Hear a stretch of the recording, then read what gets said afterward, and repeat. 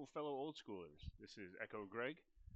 Today I am going to show you my Xpoints finals match for Xpoints 53 between myself and Ian. First, talk a little bit about my deck. So I was playing a mostly mono green with a light red splash for bolts in the main and some sideboard cards. This is a deck I've been playing with for a few years now, but really been focusing on this year in preparation for LobsterCon. The points here is 2 moxes, an emerald and a ruby, so 4 points. 4 factories, up to 8 points, and the final 2 points with 2 Maze of Ith. I went a little bit bigger than I usually do with the green decks by adding in all 4 Urnums and going away from bottle. So that's what this deck is. Out of the sideboard, some great cards that deal with some of the problem issues with this deck. 3 Artifact Blasts for Trikes, 3 Disintegrates for Trolls, some Falling Stars to help in the aggro mirrors, Hurricanes for bigger flyers like Sarah, Serendib, and Sanger, Tranquilities for things like Abyss, Blood Moon, which even though I'm running red, does a lot of damage to this deck with, Crusades, things like that, Moats, any sort of problematic enchantment. And then 4 Whirling Dervish, again, good against the Abyss and against any mono black decks or heavy black decks. So with that being said, let's get into the match. So Ian was on a mono blue robots deck. He won the die roll, so he'll be going first. This is game 1.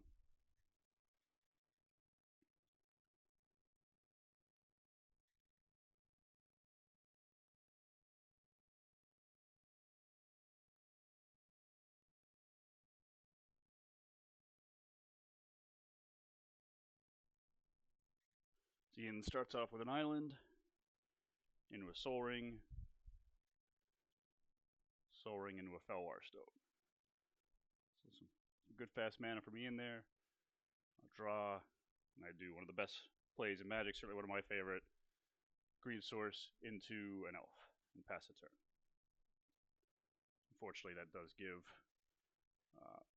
his Felwar Stone both green and red mana, which ends up not be entering too much. All he needs out of it is colors because he is mono blue. Ian plays a desert, which is very problematic for me.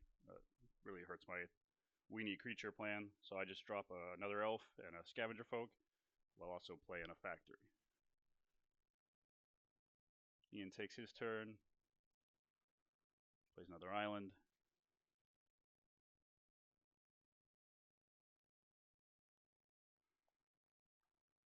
Plays an Aeolipile, which again, not something I'm excited to see. And it's about to get a little bit worse. He taps for 2 mana and copies his Aeolipile.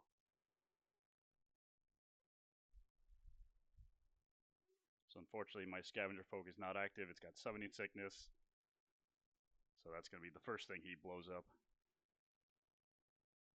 Leaves me with my elves though, so I untap, draw.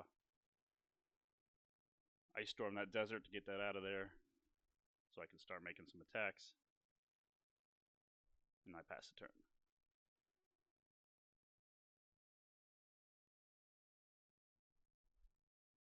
Another island from Ian. He's got all the mana.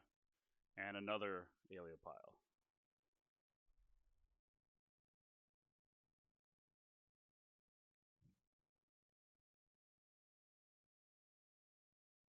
So Ian's in the tank a little bit here, trying to figure out what his play is.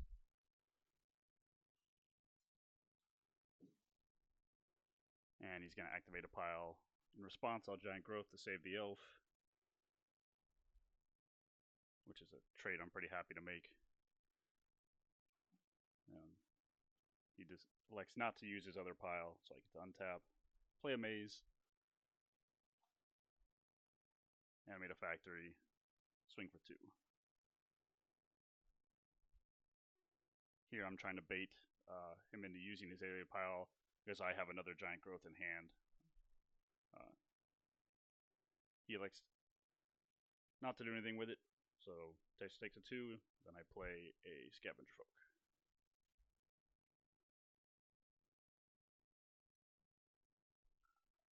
Ian takes his turn, untaps, draws.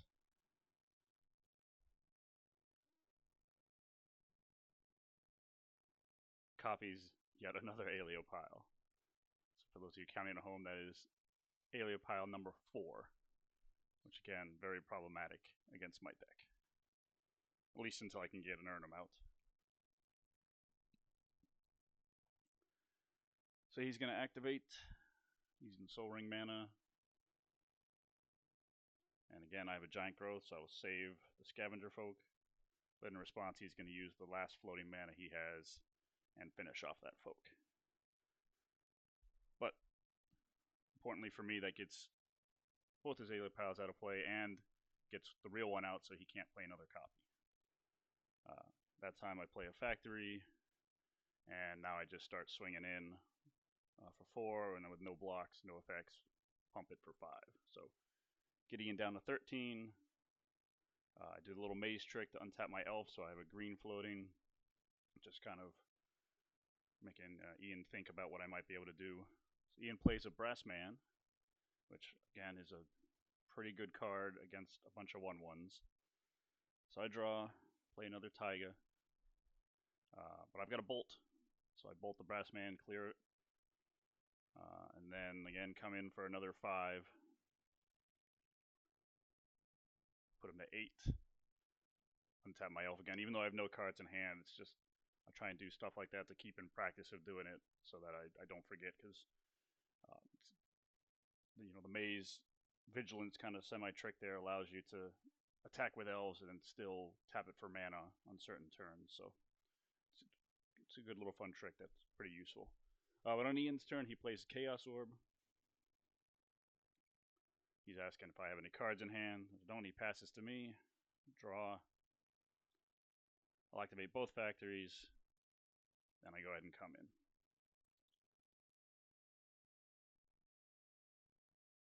So he activates the Chaos Orb. I have no responses. Unfortunately, because of the way Chaos Orb works, I can't maze the factory he's targeting and then use it to pump the other factory. I have to do everything in response to the Chaos Orb. But after damage, so he takes just a 4, but I'm able to use the maze trick to untap the elf, play the Scavenger Folk, so as I was talking about, just get you some good aggressive while still being able to use your elves for mana. So Ian's at 4, takes a look at his turn, he just scoops him up. So at this point, I don't know exactly what he's playing. My guess is that he's on a blue robots, mostly just because of seeing the copy artifacts and the Brassmen. So either he's on some sort of just control and using the Aleo piles to keep aggressive decks down and the but I really think the copy's there for bigger stuff. So my sideboarding in here is I'm going to bring in the 3 Artifact Blasts and the 2 Tranquilities. Artifact Blast, pretty self-explanatory if he's got Trikes, which turns out he will. He also has Juggernauts and Clockwork Avians, so very good there. Also, even if he doesn't, just being able to Artifact Blast a Aleo pile is pretty useful.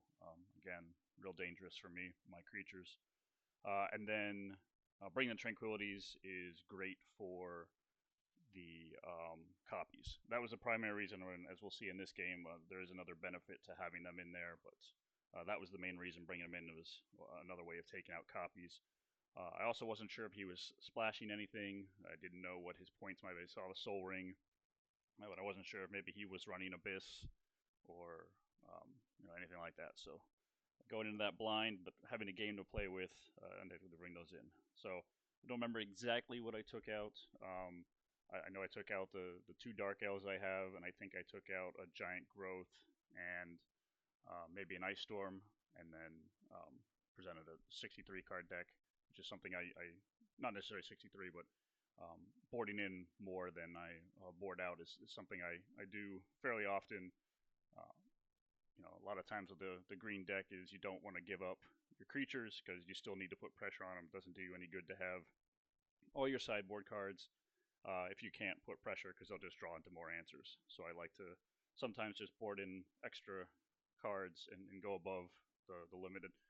So in the deck pick, I'm playing 62 cards to begin with, which is something I've been messing around with. Usually I do 61 just as a kind of fun quirk thing. not exactly superstitious, but kind of signature deck building size for me. But lately I've been on 62. It's just hard to cut cards, and the percentage numbers don't change that much. Simon did win a big event recently on a 64 card version of the deck, so obviously worked for him, and I think that hurts his deck more than it hurts mine because he's got a lot of those key restricted cards that he wants to draw, whereas I just have lots of 4-ofs. So we're sideboarding here. Ian's trying to figure out what to bring in. He does end up having control magics in game 2. I'm not sure if he brings those in or if those are in the main deck. If he did bring them in, I didn't show him any of my big stuff like Urnums. All he really saw were elves, scavenger folk, and then the factories. So kind of lean to think that they're in the main deck, but again, not exactly sure. So did not ask Ian what he had boarded in as part of his strategy. So he's shuffling up. He will take the play as losing game 1.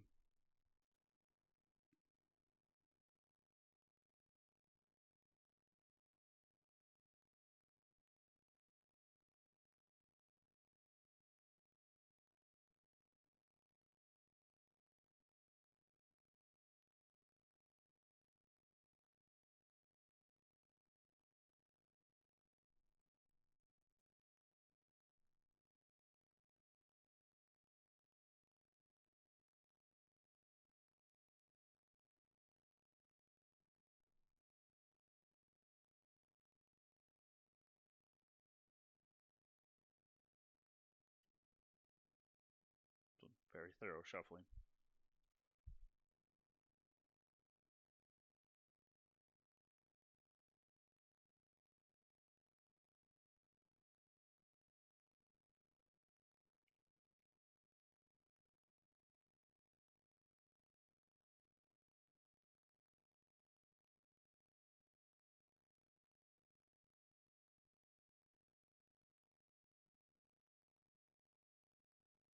Alright, he's done shuffling. He's cut.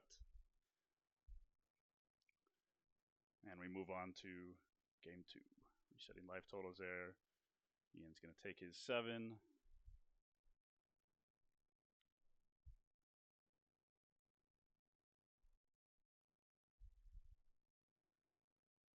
Ian's good with his. I'm good with mine. So he leads off. Island into Brassman. So again, pretty good start against me. It's going to gum up the board, make it hard for my 1/1s to attack through, but I've got a Scavenger Folk, which is a potential answer. So Ian takes his turn.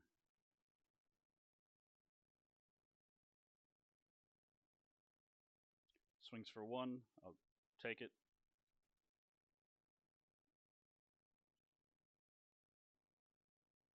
Plays land and into a Felwar Stone. So right now he's just getting green mana, but again, what it seems with his deck, it doesn't. Felwar Stone is just going to give him colorless anyway.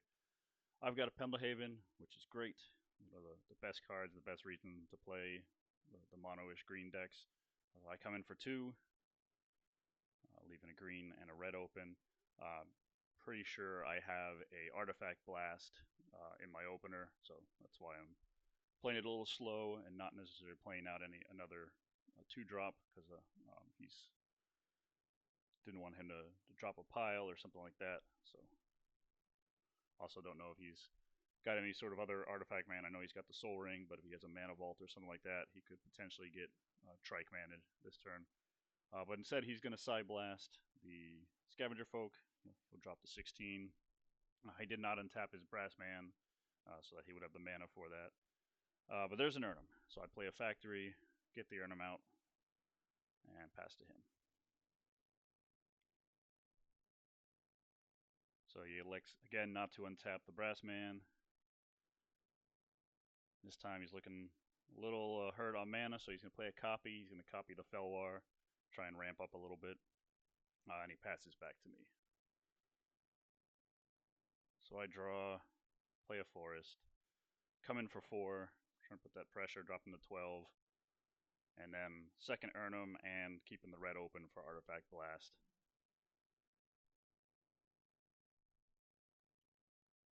He elects to keep the Brass Man tapped, but now he's up to 4 mana, so he's got a Strip Mine that'll slow down my factory.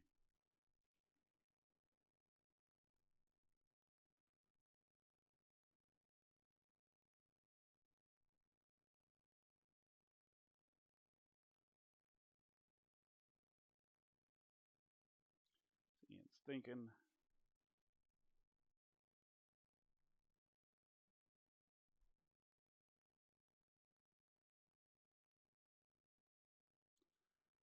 I wonder if he thinks I might have a red elemental blast in hand, and he's thinking about playing around that, but he decides to go for it and play a control magic on my untapped Urnum, which unfortunately I cannot stop. That's going to slow things down, so now we got 4 or 5s to bounce off. I do give the Brass Man Forest Walk. Minimize the damage. I come in for combat. Here I'm trying to kind of bluff a Giant Growth, or maybe a Lightning Bolt, something to maybe see if he would not, block it and just take the damage. But he blocks, and I don't have it. So they just bounce off each other, and I pass back to him. Again, he leaves the Brass Man tapped, so he'll have some stuff to do with his mana. Plays a Desert.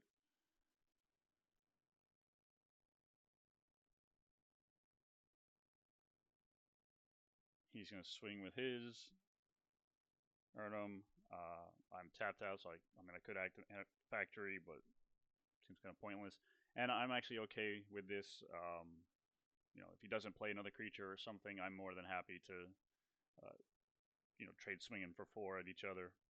So he's going to play a Trike, and then right into my lovely Artifact Blast. So that felt great, which is also going to then allow me to swing in with my Urnum and put him to 8. Which, since I'm ahead in life, we go back and forth all day very happily. Puts him at 8. Then I'm Ice Storm the Desert and play a Pixies. So you can get some more pressure on the board. Doesn't really do much against the Urnum, but does get through the Brass Man, which in this time he is electing to untap. So I think just to have another blocker back.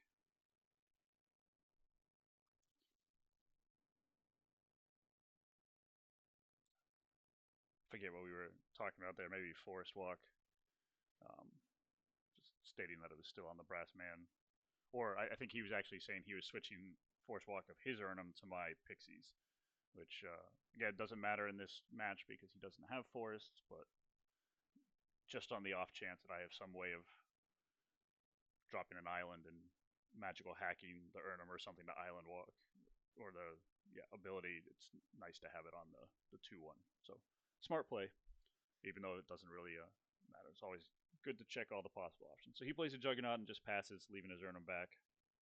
Luckily for me, I have the Pixies, so I can block the Jug all day long. So I play another Factory, which is going to not do much now, but will help future turns if I need to start putting on pressure and attacking again. He's just got a little bit of a wall, so I'm kind of hoping to draw into one of my flyers, especially having the Pendelhaven out, so I can start swinging over on top of everything. But as of right now, I just kind of have a stalled board state. So he's taking his turn. He's thinking about what he wants to do.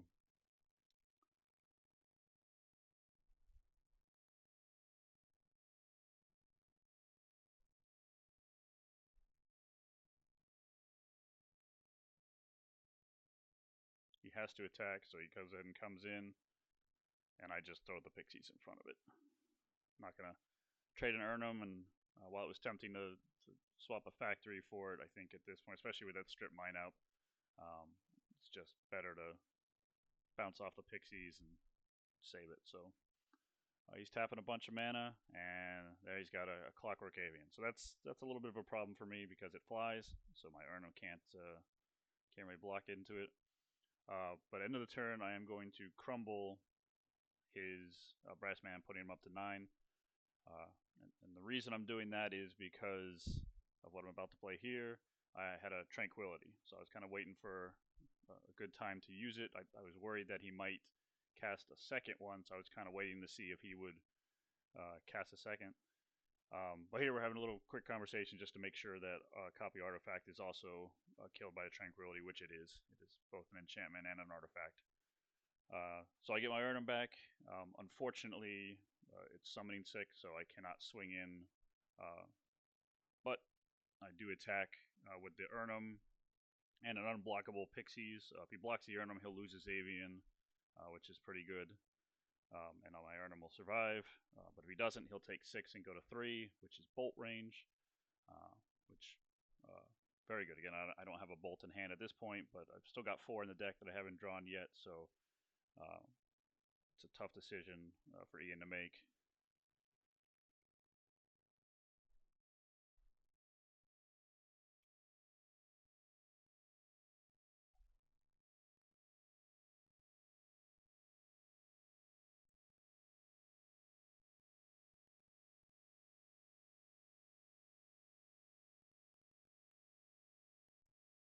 So he decides just to take it. He goes to 3, and then I play an elf and pass the turn. No cards in hand. So Ian's going to untap.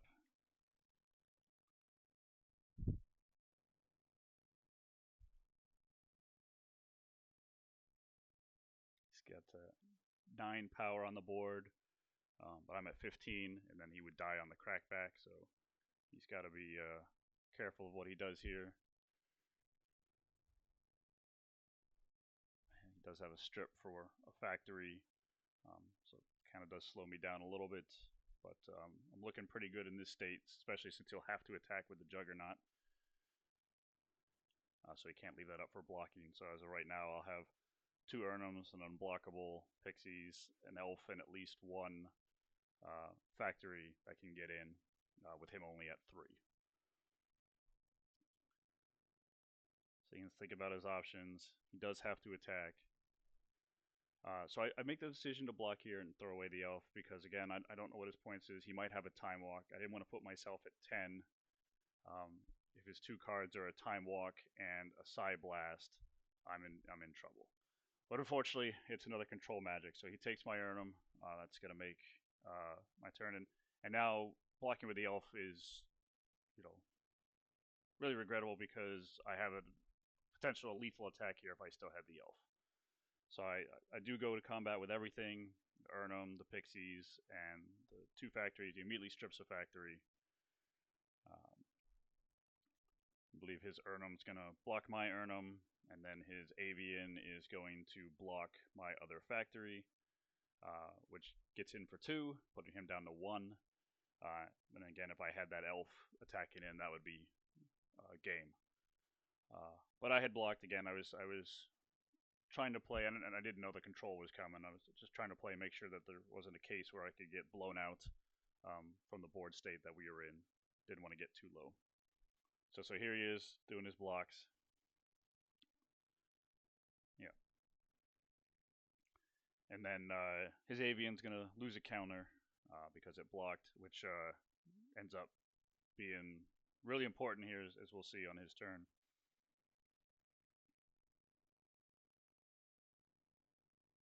So we don't realize that initially, but Ian does catch it.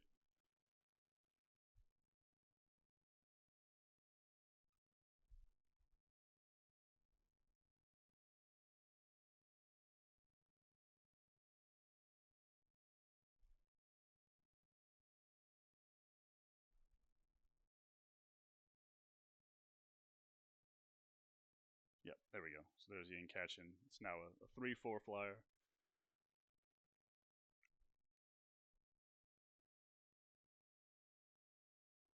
Yeah, so Ian has 12 potential damage on the board, with me at 15.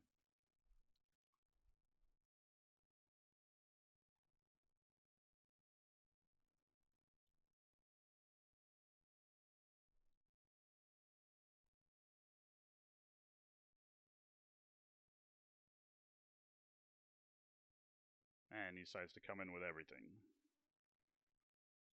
So again, that's going to put me down to 3. That's a big hit to take.